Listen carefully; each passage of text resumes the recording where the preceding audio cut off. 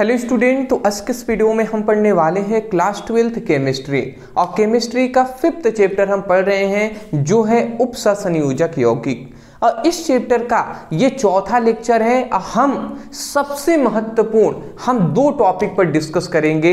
एक है हमारा बर्नर सिद्धांत और दूसरा है हमारा संयोजकता आबंध सिद्धांत। तो इनकी जो कुछ भी है पूरी तरीके से डिटेल में हम एक्सप्लेन करने वाले हैं। मैं केवल इतना ही कहूँगा, वीडियो पसंद आए ना तब जाकर लाइक करना है और कॉपी पेन लेकर बैठना है, ठीक है ना। कॉपी पेन जरूर लेकर बैठिएगा। तो चलिए स्टार्ट करते हैं और समझ लेते हैं ये दोनों सिद्धांत को।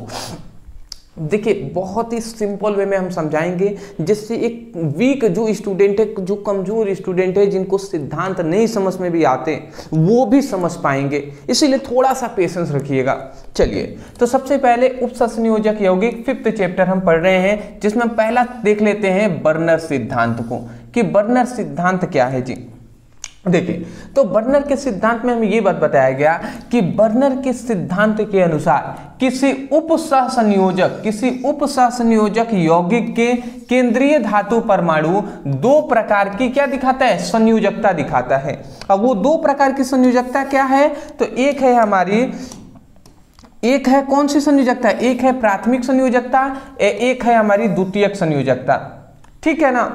तो हमने क्या बताया कि बर्नर के सिद्धांत में हमें ये बातें बताई गई कि किसी उपसंयोजक यौगिक में उपस्थित केंद्रीय धातु परमाणु जो होते हैं वो दो प्रकार की संयोजकता दिखाते हैं। एक है प्राथमिक संयोजकता, एक है द्वितीयक संयोजकता। आशा करता हूं इतनी बात आप समझ के होंगे। अब बहुत सारे स्टूडेंट ऐसे होंगे जिनको यही नहीं पता कि उपसंयोजक यौगिक किसे कहते हैं, जिनको यही नहीं पता कि केंद्रीय धातु परमाणु क्या होता है। तो उनको थोड़ी सी दिक्कत हो सकती है, बट मैं फिर भी कहूंगा उनको भी कोई दिक्कत नहीं होने दूंगा। चलिए समझा देते हैं थोड़ा सा। जैसे उपसंयोजक यौगिक क्या है, तो जैसे एक एग्जांपल हम लिख देते हैं, जैसे इस तरीके से K4FeCN का होल 6। जैसे एक हमने यहाँ पे एग्जांपल ले लिया K4FeCN का होल 6। तो अगर इस तरीके का आपको जटिल यौगिक दिखाई देते हैं, तो इस तरीके के अगर यौगिक दिखाई देते, इसी को हम कहते हैं जी उपसंयोजक यौगिक। इसी को हम क्या कहते हैं जी, उपसंयोजक यौगिक कहते हैं। और यहां पे एक और बात मैं बता दूं, यहां पे जो Fe है ना, Fe यही है केंद्रीय धातु परमाणु, केंद्रीय धातु परमाणु, ठीक है ना। तो ये बात आप याद रखेंगे। कैसे पहचानेंगे, तो ये Cn क्या है, लिगेंड है। तो लिगेंड ना केंद्रीय धातु परमाणु से ही जुड़ा होता है, इसीलिए हमें पता चल गया ये क्या है, ये केंद्रीय धातु परमाणु है। तो इसी की बात हो रही है कि ये जो केंद्रीय धातु परमाणु है, ये जो केंद्रीय धातु परमाणु है ना, ये जो केंद्रीय धातु परमाणु है, ये दो प्रकार की संयोजकता दिखाता है, एक प्राथमिक संयोजकता, एक द्वितीयक संयोजकता। समझ रहे हैं। तो हम यही कह रहे हैं कि बर्नर के सिद्धांत के अनुसार किसी उपसंयोजक यौगिक के केंद्रीय धातु परमाणु दो प्रकार की संयोजकता दिखाता है। अब वो कौन है, प्राथमिक संयोजकता और द्वितीयक संयोजकता। तो इतना आप समझ के होंगे। अब हमें यह बताना है कि प्राथमिक संयोजकता किसे कहते हैं और द्वितीयक संयोजकता किसे कहते हैं। तो चलिए जी, अब इसको भी हम समझ लेते हैं, ठीक है ना। पूरा आपको लिखना पड़ेगा, पहले उतना लिख लीजिएगा, फिर अब हेडिंग आप बनाएंगे प्राथमिक संयोजकता का। इस तरीके से हेडिंग बनाएंगे और नीचे फिर दूसरा एक है द्वितीयक संयोजकता। तो पहले हम प्राथमिक संयोजकता को समझ लेते हैं। देखिए, यहाँ पे लिखा गया है कि प्राथमिक संयोजकता, इनमें निम्न बातें बताई गई हैं। बर्नर के अनुसार, इसमें बर्नर के सिद्धांत जो है उसके अनुसार हमें निम्न बातें बताई गई हैं। अब वो कौन कौन सी बातें हैं, पॉइंट वाइज हमने लिखा हुआ है, सबको हम समझाएंगे। आपको भी समझ में तो आएगा ही, याद भी हो जाएगा। समझिएगा। सबसे पहले कह रहे हैं, यह ऋणायनों के द्वारा संतुष्ट होते हैं। जो हमारे प्राथमिक संयोजकता होते हैं वो ऋणायनों के द्वारा ही संतुष्ट होते हैं, ठीक है ना। ऋणायन जो लिगेंड होंगे उन्हीं के द्वारा संतुष्ट होंगे, ठीक है। उसके बाद कह रहा है यह विलयनों में आयनित हो जाती हैं अर्थात आयनन योग्य होती हैं, ठीक है ना।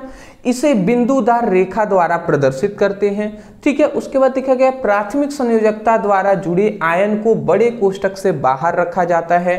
फिर से कह रहे हैं प्राथमिक संयोजकता की प्रकृति अदिशात्मक होती है अर्थात इनके द्वारा उपसंयोजक यौगिकों की संरचना का निर्धारण नहीं होता है। अब आपने सुन लिया, बट मैं जानता हूं आप सोच रहे होंगे ऐसे बताएंगे तो थोड़ी ना याद हो जाएगा। हाँ से बिल्कुल भी नहीं याद होगा, नहीं याद होगा, मैं अब स्पष्ट रूप से पहले ही कह रहा हूं। तो चलिए कैसे याद होगा उसको भी हम आपको आसानी से समझा देते हैं, समझिएगा। जैसे एक एग्जाम्पल हम ले लेते हैं, एग्जाम्पल मैं यहाँ पे ले रहा हूँ, एक उपसंयोजक यौगिकों का एग्जाम्पल ले रहे हैं, जैसे CO, यहाँ पे CO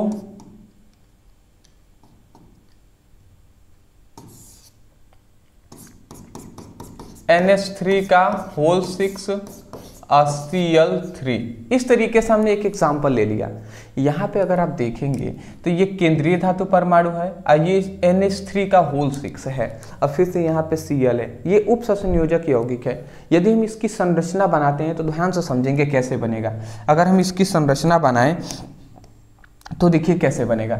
यहाँ पे जो केंद्रीय धातु परमाणु होता है वो बीच में आ जाता है और ये छह मात्रा में NH3 है, अमोनिया है, तो इसको हम इस तरीके से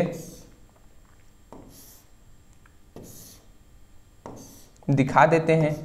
यहाँ पे NH3 एक हो जाएगा, एक NH3 यहाँ पे हो जाएगा, एक NH3 यहाँ पे हो जाएगा, एक NH3 यहाँ पे हो जाएगा, एक NH3 यहाँ पे हो जाएगा और एक NH3 यहाँ पे हो जाएगा। इस तरीके से हो गया। पर देखेंगे 3 Cl भी है। अब 3 जो Cl है ना, ये भी आप समझेंगे, जो 3 Cl हैं तो इसको यहाँ पे एक Cl हम लिख देते हैं, एक यहाँ पे हम Cl लिख देते हैं और एक यहाँ पे हम Cl लिख देते हैं। और इसको जानते हैं किस रेखा द्वारा दर्शाते हैं? इसको बिंदुदार रेखा द्वारा हम प्रदर्शित करेंगे, दर्शाएंगे। देख रहे हैं ना, ये बिंदुदार रेखा द्वारा हम दर्शा रहे हैं। तो ये हमारी अब ये कंप्लीट संरचना हमारी बन गई है उपसंयोजक यौगिकों की। ये कंप्लीट संरचना बन गई है इसका ही। अब ध्यान से समझेंगे, मैं स्पष्ट रूप से बता दे रहा हूं। देखिए, जो ये सतत रेखा द्वारा, सतत मतलब लगातार एक रेखा द्वारा दर्शाया गया है, ठीक है ना, जो सतत रेखा मतलब लगातार रेखा द्वारा दर्शाया गया है ना, इसको हम द्वितीयक संयोजकता कहते हैं, द्वितीयक संयोजकता। और जिसको हम बिंदुदार रेखा द्वारा दर्शाते हैं ना, ये बिंदुदार रेखा द्वारा व्हाइट से दर्शाया गया है, यही है हमारी प्राथमिक संयोजकता। ठीक है, अब इतनी बात जानते हैं, ये जो क्लोरीन होता है इसका माइनस चार्ज होता है, माइनस आवेश होता है, तो ये माइनस आवेश हम यहाँ पे दिखा दे रहे हैं। ठीक है, तो देखिए वही अब बात आपको समझाएंगे, समझ में आ जाएगा। सबसे पहले कहा गया कि यह ऋणायनों के द्वारा संतुष्ट होते हैं, मतलब जो केंद्रीय धातु परमाणु है ना, ये जो केंद्रीय धातु परमाणु है CO, यह ऋणायनों के द्वारा संतुष्ट होते हैं प्राथमिक संयोजकता में। तो देख रहे हैं भैया, ऋणायनों के द्वारा संतुष्ट हुए कि नहीं? बिल्कुल सही बात है। दूसरी बात यहाँ पे कह गया कि यह विलयनों में आयनित हो जाते हैं, अर्थात आयनन योग्य होते हैं। इसका मतलब आपने समझा कि विलयनों में आयनित होने का मतलब, यदि हम इसको घोलेंगे ना, तो जो ये Cl है, Cl है, Cl है, ये आयनित हो जाएंगे, टूट जाएंगे, अलग हो जाएंगे, अलग हो जाएंगे, ये कहने का मतलब है। इसलिए कह रहे हैं ये आयनन युग होते हैं। अब क्यों टूट रहे हैं? क्योंकि देख रहे हैं ना, बिंदुदार रेखा द्वारा दर्शाए गए हैं, मतलब ये कमजोर बंध से जुड़े होते हैं, इसलिए बिंदुदार रेखा द्वारा दर्शाया गया है। और जब कमजोर बंध से जुड़े हुए होंगे तो टूट जाएंगे आसानी से, तो यही बात कहा गया। तीसरा, यहाँ पे तीसरा हमें पॉइंट ये बताया गया है, तीसरा, कि इसे बिंदुदार रेखा द्वारा प्रदर्शित करते हैं, बिंदुदार रेखा द्वारा। तो आप देख सकते हैं इसे बिंदुदार रेखा द्वारा प्रदर्शित किया गया है। चौथी बात यहाँ पे क्या गया कि प्राथमिक संयोजकता द्वारा जुड़े आयनों के बड़े कोष्ठक से बाहर रखते हैं, मतलब प्राथमिक संयोजकता द्वारा जो जुड़े हुए आयन होंगे, इसको बड़े कोष्ठक से बाहर लिखते हैं। तो आप ही देख लीजिए, यही ना क्या है, प्राथमिक संयोजकता है। तो देख रहे हैं ना, इसको बड़े कोष्ठक से बाहर लिखा गया है कि नहीं? तो वही कह रहे हैं, यही ना 3 Cl है यहाँ पे लिखा गया है, ये संरचना में है, ये ऐसे नॉर्मल है। तो वही कह रहे हैं कि प्राथमिक संयोजकता को बड़े कोष्ठक से बाहर रखते हैं। तो वही लिखा गया, प्राथमिक संयोजकता द्वारा जुड़े जो आयन होंगे वो बड़े कोष्ठक से बाहर रखते हैं। नेक्स्ट हमारा आता है जो है कि प्राथमिक संयोजकता की प्रकृति अदिशात्मक होती है। अदिशात्मक होती है अर्थात इनके द्वारा उपसंयोजक यौगिकों का निर्धारण, संरचना का निर्धारण नहीं होता। मतलब ये कहा जा रहा है कि ये जो प्राथमिक संयोजकता द्वारा जुड़े जो आयन है ना, ये अदिशात्मक होते हैं। अदिशात्मक का मतलब कि इन पर निर्भर नहीं करता है कि इनकी संरचना कैसी बनेगी। ठीक है, ये होंगे तब भी ठीक, नहीं होंगे तब भी ठीक है। मतलब इन पर संरचना का निर्धारण नहीं होता है। समझ रहे हैं? नहीं कहते हैं परिवार में कोई ऐसे ही व्यक्ति हैं, रहने या ना रहने से कोई मतलब नहीं, बट ऐसा कोई नहीं होता है। ठीक है ना, हो सकता है आपके दोस्त होंगे 10 होंगे दोस्त, ठीक है, उसमें से एक दोस्त अगर ऐसे भी होंगे जो मतलब ऐसे ही है, ठीक है, नॉर्मल हैं, और नहीं भी रहेंगे तो कोई दिक्कत नहीं है। कुछ ऐसे दोस्त होते हैं जो बहुत ही जिगरी होते हैं, आप नहीं रहेंगे वो तो आपका मन नहीं लगेगा। तो ऐसे ही वो भी है जी कि ये रहेंगे तब भी ठीक है, नहीं रहेंगे तब भी ठीक है। तो ये बातें हैं जी, समझ के होंगी। अगला हमारा आता है द्वितीयक संयोजकता। अब द्वितीयक संयोजकता क्या है समझिएगा। इसमें निम्न बातें बताई गई हैं। अब देखिए निम्न बातें क्या बताई गई, तो देख लीजिए यहाँ पे मैं पहले ही बता दे रहा हूँ। ये जो लगातार रेखा द्वारा दर्शाया गया है यही द्वितीयक संयोजकता है। ठीक है ना। दूसरी बात, ये जो आयन होंगे यहाँ पे जो हमारे जो क्या है पदार्थ है, या हम कह सकते हैं परमाणु हैं, आयन है, ये धनात्मक भी हो सकते हैं, ऋणात्मक भी हो सकते हैं, उदासीन भी हो सकते हैं। जैसे NH3 क्या है, उदासीन लिगेंड है। धनात्मक लिगेंड भी हो सकते हैं, ऋणात्मक लिगेंड, उदासीन लिगेंड भी हो सकते हैं। ठीक है, इतनी बात समझ के। ये दिशात्मक होते हैं। ये जो क्या होंगे, ये जो लिगेंड होंगे वो दिशात्मक होते हैं। मतलब क्या है कि इन्हीं पर जो द्वितीयक संयोजकता द्वारा जुड़े जो लिगेंड होते हैं, इन्हीं पर जो यौगिक का संरचना का निर्धारण होता है। चलिए हम समझाते हैं तो समझ में आएगा। सबसे पहली पॉइंट्स आपको समझ में आएगी नहीं कि यह ऋणायन, धनायन और उदासीन अणुओं द्वारा संतुष्ट होते हैं। यहाँ पे NH3 जो अणु है, यहाँ पे देख रहे हैं कि यह धनायन भी हो सकते हैं, ऋणायन भी हो सकते हैं, उदासीन भी हो सकते हैं। अणुओं द्वारा ये क्या होते हैं, केंद्रीय धातु परमाणु संतुष्ट होते हैं। दूसरी बात यहाँ पे ये कहा गया कि द्वितीयक संयोजकता की संख्या निश्चित होती है, जिसे उपसंयोजक संख्या कहते हैं। मतलब ये द्वितीयक संयोजकता की जो संख्या होती है वो निश्चित होती है, और इसी संख्या को ही हम उपसंयोजक संख्या कहते हैं। तो यहाँ पे 1 2 3 4 5 6 संख्या है ना, द्वितीयक संयोजकता की 6 संख्या है। तो इसका मतलब ये केंद्रीय धातु परमाणु की जो उपसंयोजक संख्या होगा वो क्या हो जाएगा, 6 हो जाएगा। तो यही कह रहा है कि द्वितीयक संयोजकता की संख्या निश्चित होती है, जिसे उपसंयोजक संख्या कहते हैं। अब जितनी ये 6 संख्या है तो उपसंयोजक संख्या इसकी क्या हो जाएगी, 6 हो जाएगी। समझ रहे हैं। उसके बाद तीसरा यहाँ पे ये हमसे कहा गया, तीसरा कि इसे सतत रेखा द्वारा, सतत मतलब लगातार रेखा द्वारा दर्शाते हैं। बिल्कुल दर्शाए हुए हैं हम। अगला हमारा यहाँ पे आता है कि द्वितीयक संयोजकता द्वारा जुड़े लिगेंड व केंद्रीय धातु परमाणु को बड़े कोष्ठक में लिखते हैं। मतलब समझ रहे हैं, लिगेंड को और केंद्रीय धातु परमाणु को बड़े कोष्ठक में लिखते हैं। आप ही देख लीजिए, ये क्या है हमारा, ये है केंद्रीय धातु परमाणु, ये है लिगेंड।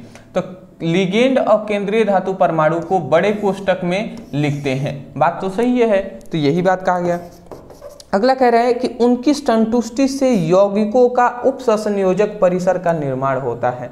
मतलब इनकी संतुष्टि से जब ये जो अणु हैं ये केंद्रीय धातु परमाणु को संतुष्ट कर देंगे तो इन्हीं के क्या होता है, इन्हीं के कारण इनकी संरचना का, या हम कह सकते हैं कि उपसंयोजक परिसर का निर्माण होता है। कि उनका परिसर कैसा होगा, उनकी संरचना कैसे होगी, उसका निर्धारण करते हैं।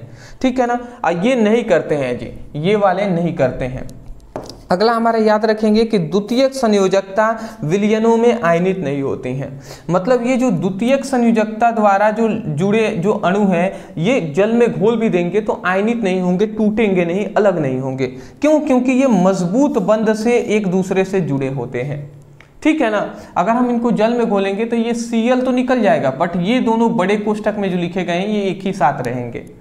तो मैं आशा करता हूं कि ये था हमारा बर्नर का सिद्धांत, जो कि आसानी से आपको ये सभी पॉइंट समझ में आए होंगे। अब लिखना कैसे ये भी सुन लीजिए। आप सबसे पहले लिखेंगे हेडिंग बर्नर का सिद्धांत, ये लाइन लिखेंगे, प्राथमिक संयोजकता द्वितीयक संयोजकता, इतना लिखने के बाद फिर यहाँ पे हेडिंग डालेंगे प्राथमिक संयोजकता।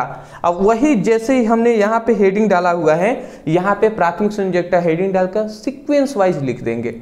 यहाँ पे अगर आप चाहें तो ये एक नीचे आप फिगर बना सकते हैं और यहाँ पे दर्शा सकते हैं कि इस तरीके से इसको अगर आप चाहें तो दर्शा सकते हैं कि इसको आप लिख देंगे, इसको क्या लिखेंगे, इस वाले को लिख देंगे द्वितीयक संयोजकता, द्वितीयक संयोजकता, ठीक है ना। इस वाले को लिख देंगे प्राथमिक संयोजकता, ठीक है ना। तो इस तरीके से आप लिख देंगे। मैं नहीं लिख रहा हूं जिससे कि मतलब अच्छा नहीं दिखेगा, इसलिए आप सीक्वेंस वाइज आराम से लिखेंगे ना तो और भी अच्छा रहेगा, ठीक है।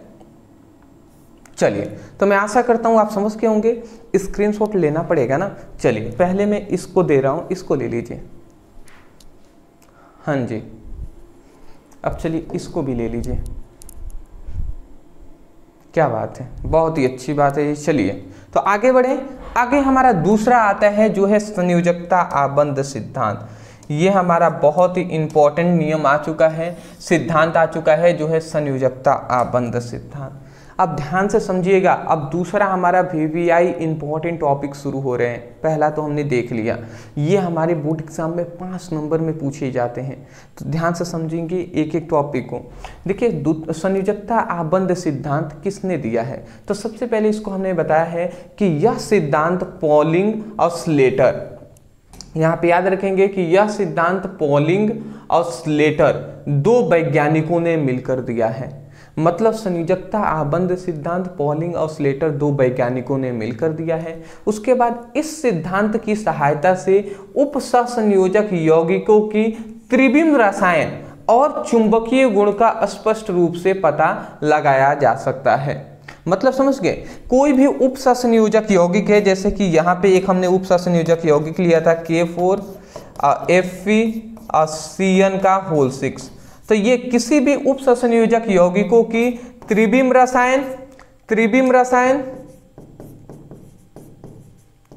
रसायन और दूसरी बात चुंबकीय गुण का हम क्या कर सकते हैं, स्पष्ट रूप से पता लगा सकते हैं। स्पष्ट रूप से क्या लगा सकते हैं, पता लगा सकते हैं। समझ रहे हैं, तो यही बात कह रहे हैं कि किसी उपसहसंयोजक यौगिकों के त्रिविम रसायन और चुंबकीय गुण का स्पष्ट रूप से हम जानकारी पता कर सकते हैं, उसका पता लगा सकते हैं। किस सिद्धांत की सहायता से, संयोजकता आबंध सिद्धांत की सहायता से, ठीक है ना। ठीक है, इतनी समझ के हैं। चलिए, तो ये बात आप बोल सकते हैं कि संयोजकता आबंध सिद्धांत पॉलिंग और स्लेटर 2 वैज्ञानिकों ने दिया।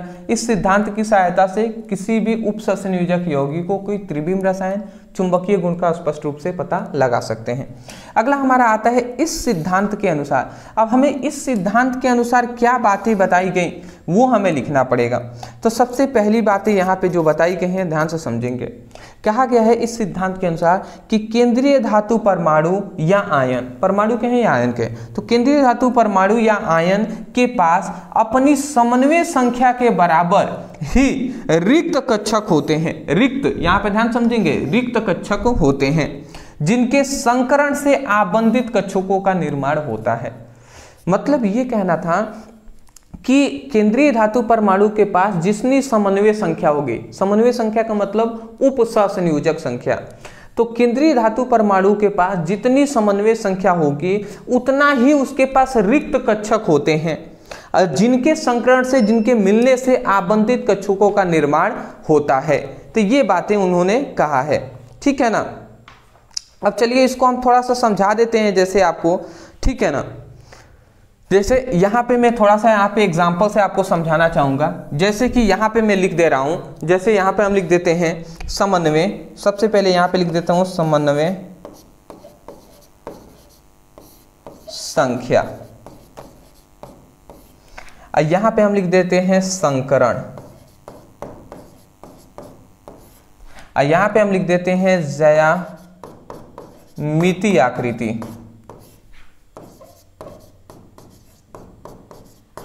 तो ज्यामितीय आकृति, तो ये हमने 3 सेशन बना दिए। सबसे पहले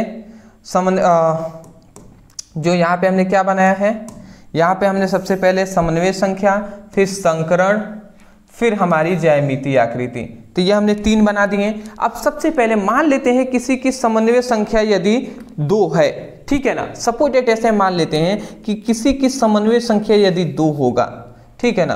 किसी की समन्वय संख्या, इसको थोड़ा सा मैं बढ़ा दे रहा हूँ, किसी की समन्वय संख्या मान लेते हैं 2 है, तो उसका संकरण क्या होगा, तो उसका संकरण जो हो जाएगा वो sp हो जाएगा, और उसकी जो ज्यामितीय आकृति हो जाएगी वो रेखीय हो जाएगी, ठीक है ना। इस बात को याद रखेंगे।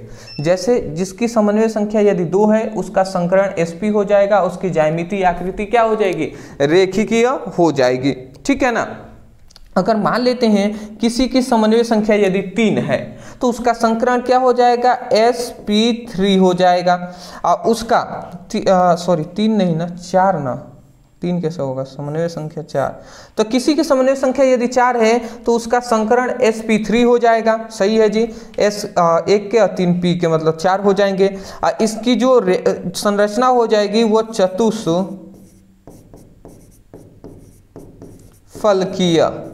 चतुष्फलकीय हो जाएंगे, ठीक है। अब मान लेते हैं किसी की समन्वय कितना हो गया, 6 हो जाए, किसी की समन्वय संख्या 6 हो जाए तो उसकी जो संकरण हो जाएगा वो d2sp3 हो जाएगा, और यहाँ पे उसकी ज्यामितीय आकृति अष्टफलकीय हो जाएगा। तो ये सब आपको सबसे पहले ये सब आपको लिखना पड़ेगा, ठीक है ना। ये सब आपको लिखना पड़ेगा, याद रखिएगा, इसलिए हम बता रहे हैं आपको, ठीक है ना। ये सब आपको इस तरीके से अंडरलाइन करके दिखा दीजिएगा वहां पे। अब मैं आपको थोड़ा सा एक बार और समझा दे रहा हूँ, देखिए क्या कह रहा है। यहाँ पे कहा गया कि कोई भी केंद्रीय धातु परमाणु के पास अपनी समन्वय संख्या के बराबर, जितनी समन्वय संख्या होती है ना उतने बराबर उसके पास रिक्त कक्षक होते हैं। रिक्त कक्षक होते हैं जिनके संकरण से आबंधित कक्षकों का निर्माण होता है। अब देखिए इनका संकरण हुआ है, देखिए यहाँ पे समन्वय संख्या 2 है तो इसके पास संकरण से रिक्त कक्षक देखिए एक s के हैं एक p के हैं, 2 है कि नहीं, और 2 यहाँ पे समन्वय संख्या है, और इसकी ज्यामितीय आकृति रेखीय होती है sp संकरण का। अगर किसी के 4 है तो देखिए यहाँ पे s के 1 है और p के 3 है, तो 1 और 3 4 हो गए कि नहीं, अष्ट चतुष्फलकीय हो गया। फिर से यहाँ पे 6 है तो देखिए 2 d के हो गए, s का 1 है और p के 3 है। तो अगर आप समझ गए हैं 2 1 3 और 3 6, तो 6 हो गए कि नहीं, समन्वय संख्या के बराबर संकरण भी, ज्यामितीय आकृति अष्टफलकीय हो जाएगी। तो ये आपको याद करना पड़ेगा, ठीक है ना। चलिए स्क्रीनशॉट अभी मैं लेने का आपको अवसर दूंगा, आप परेशान नहीं होंगे। दूसरा हमारे यहाँ पे कह रहा है कि केंद्रीय धातु परमाणु के रिक्त संकृत कक्षक लिगेंडों के भरे हुए कक्षकों के साथ अति व्यापन करते हैं, जिससे सिग्मा बंध बनता है और इसे उपसंयोजक बंध कहते हैं। मतलब ध्यान से समझेंगे, यहाँ पे एक एग्जांपल मैं यहाँ पे दे रहा हूँ। इसके बाद ये जो मैं एग्जांपल दे रहा हूँ, ये एग्जांपल दूसरे के लिए मैं दे रहा हूँ। ये इस लाइन के बाद ये एग्जांपल लिखिएगा इसके बाद, ठीक है ना। देखिए क्या मैं दे रहा हूँ यहाँ पे K4FeCN का होल 6, ये हम दे रहे हैं। अब यहाँ पे इसकी अगर हम संरचना बनाते हैं तो क्या बनेगा, 4K प्लस, और यहाँ पे क्या हो जाएगा Fe, और ये Cn हो जाएंगे 3, 1 Cn 2 Cn 3 Cn 4 Cn 5 Cn और 6 Cn और 4 माइनस। यहाँ पे अगर आप ध्यान से समझे तो देखिए क्या हम समझाना चाहते हैं।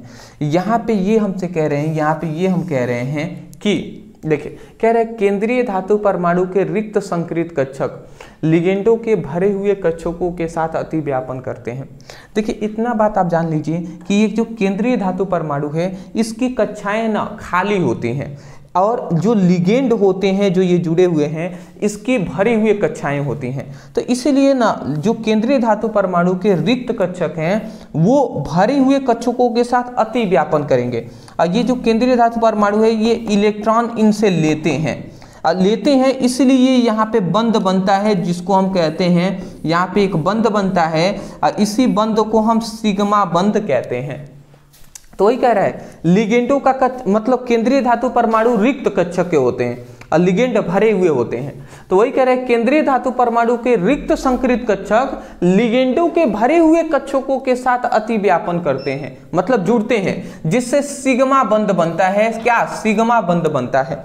तो यहाँ पे ये सिग्मा बंध बनता है और इसी सिग्मा बंध को ना उप सहसंयोजक बंध कहते हैं। और यहाँ पे लिखा गया है और इसे उप सहसंयोजक बंध कहते हैं। तो मैं आशा करता हूं समझ गए होंगे कि किसी केंद्रीय धातु परमाणु के रिक्त संकरित कक्षक लिगेंड के भरे हुए कक्षकों के साथ अति व्यापन करते हैं जिससे एक बंध बनता है जिसे सिग्मा बंध कहते हैं और इसी को उप सहसंयोजक बंध कहते हैं। ठीक है, इसके बाद ये लिख लीजिएगा।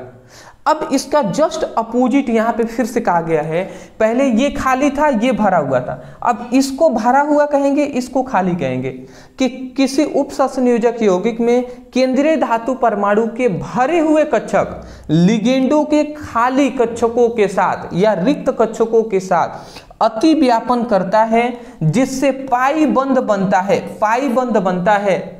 परंतु इस बंध की संभावना, इसको बनने की संभावनाएं बहुत ही कम होती हैं। ऐसा हो नहीं सकता कि रिक्त कक्षक खाली है ये लिगेंड भरे हुए हों, मतलब रिक्त कक्षक भरा हुआ हो और जो लिगेंड है वो खाली है, ऐसा हो नहीं सकता।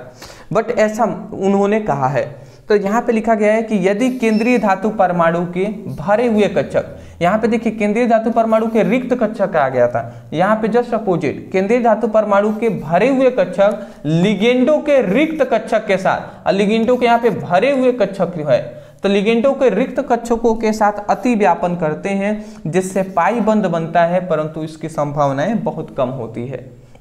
समझ गए ना? जस्ट अपोजिट है दोस्त। आप इसको लिखने के बाद ये जरूर आप लिख लीजिएगा और इस लाइन को लिखने के बाद कुछ भी लिखने की आवश्यकता नहीं है। ठीक है ना? तो ऐसे ही आप लिखेंगे, मैं आपको बता दे रहा हूं। ये आप सब लिख लीजिएगा, इस अनुसार ये लिख लीजिएगा, पहला हो गया। फिर नीचे डालिएगा दूसरा समीकरण और दूसरे में फिर से ये लाइन लिखकर ये एग्जाम्पल लिख दीजिएगा, फिर तीसरा आप लिख दीजिएगा। तीसरा बस ओनली यही लिखना है। इतना लिख देते हैं, आपका काम कंप्लीट हो जाएगा। मैं स्पष्ट रूप से कह रहा हूं, ये दो सिद्धांत आपने पढ़ लिया, बहुत ही अच्छी बात है। मैं दिल से कह रहा हूं बहुत ही अच्छी बात है, आपका 10 नंबर कंप्लीट हो गया। अदरवाइज जितने भी स्टूडेंट क्लास 12th के हैं उनके लिए मैं बताना चाहूंगा कि क्लास 12th के जितने भी स्टूडेंट हैं उनके लिए हम आपको पूरी केमिस्ट्री का नोट्स दे रहे हैं। पूरी केमिस्ट्री के हम आपको फुल नोट्स दे रहे हैं। तो फुल नोट्स ओनली 99 रुपए में दिया जा रहा है, केमिस्ट्री का फुल नोट्स। तो यदि आप भी लेना चाहते हैं, जो कि सिंपल लैंग्वेज में हमने प्रोवाइड किया हुआ है, तो जितने भी स्टूडेंट बोर्ड एग्जाम के प्रति सीरियस हैं उस नोट्स को जरूर लेंगे। नीचे व्हाट्सएप नंबर है, व्हाट्सएप नंबर पे मैसेज कर लीजिएगा, वहां पे कहिएगा सर हमें क्लास 12th केमिस्ट्री का फुल नोट्स चाहिए। इतना लिख कर मैसेज करेंगे, स्कैनर दिया जाएगा, 99 पेमेंट कर दीजिएगा, तुरंत आपके नोट्स व्हाट्सएप पर सेंड कर दिए जाएंगे। अगर आप केमिस्ट्री के साथ साथ फिजिक्स का भी लेते हैं तो केमिस्ट्री और फिजिक्स दोनों का 199 में मिल जाएगा। तो जो आपको बेटर लगे, एक लेना है 99, दो लेना है 199 रुपए। चलिए नीचे नंबर है, मैसेज कर लीजिएगा। हाँ, चैनल पे नए होंगे चैनल को जरूर सब्सक्राइब कीजिएगा। डिस्क्रिप्शन बॉक्स में लिंक है, वहां से अपनी फिजिक्स की, केमिस्ट्री का, हिंदी का, इंग्लिश की पढ़ाई कीजिए। व्हाट्सएप ग्रुप और टेलीग्राम ग्रुप में ज्वाइन होना नहीं भूलेंगे आप सभी, लिंक डिस्क्रिप्शन बॉक्स में है। Thank you so much for watching this video. Thank you.